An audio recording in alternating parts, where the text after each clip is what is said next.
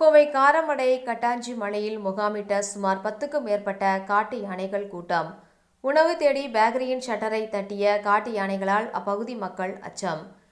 கோவை காரமடை அடுத்துள்ள கட்டாஞ்சி மலையில் பெரியநாயக்கன்பாளையம் வனப்பகுதியிலிருந்து வெளியேறிய சுமார் 10க்கும் மேற்பட்ட காட்டு யானைகள் கொண்ட கூட்டம் கடந்த சில தினங்களாகவே முகாமிட்டுள்ளன. இந்த காட்டு யானைகளால் பகல் வேளைகளில் வனப்பகுதிக்குள் இருந்து விடுவதும், இரவு வேளைகளில் மலை அடிவார பகுதிகளான கணுவாய்பாளையம், தாயனூர், பிளிச்சிக்கவுண்டன்புதூர் உள்ளிட்ட பல்வேறு பகுதிகளில் உள்ள விளைநிலங்களில் முகாமிட்டு பயிர்களை சேதம் செய்து வருவதை வாடிக்கையாக வைத்துள்ளது.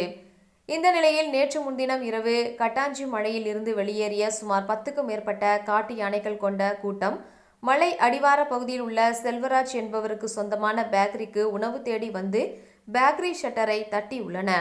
அப்பொழுது அப்பகுதியில் இருந்த தெருநாய்கள் ஒன்று சேர்ந்து காட்டு யானைகளை பார்த்து குறைக்கவே மற்ற யானைகளுடன் சேர்ந்து வேறு பகுதிக்கு யானைகள் இடம்பெயர்ந்து விட்டன. இது குறித்து அறிந்த பெரியநாயக்கன்பாளையம் வனத்துறையினர் விரைந்து பட்டாசுகளை வெடித்து காட்டு யானைகள் கூட்டத்தை அங்கிருந்து வேறு பகுதிக்கு அனுப்பி வைத்தனர். இந்த சம்பவங்கள் அனைத்தும் அந்த பேக்கரியில் பொருத்தப்பட்டிருந்த சிசிடிவி கேமராவில் பதிவாகி இருந்தது.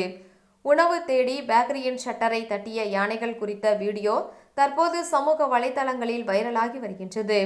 இது குறித்து பேசிய பகுதி பொதுமக்கள், பெரியநாயக்கன்பாளையம் வனப்பகுதியிலிருந்து வெளியேறிய சுமார் 10க்கும் மேற்பட்ட யானைகள் கொண்ட கூட்டம் கட்டாஞ்சி மலை வனப்பகுதியில் முகாமிட்டுள்ளது.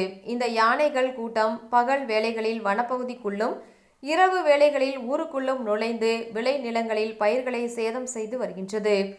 இதனால் இரவு வேளைகளில் விளை நிலங்களுக்குள் பகுதிக்குள் செல்ல முடியாமல் அவதிக்கு உள்ளாகி வருகின்றோம்.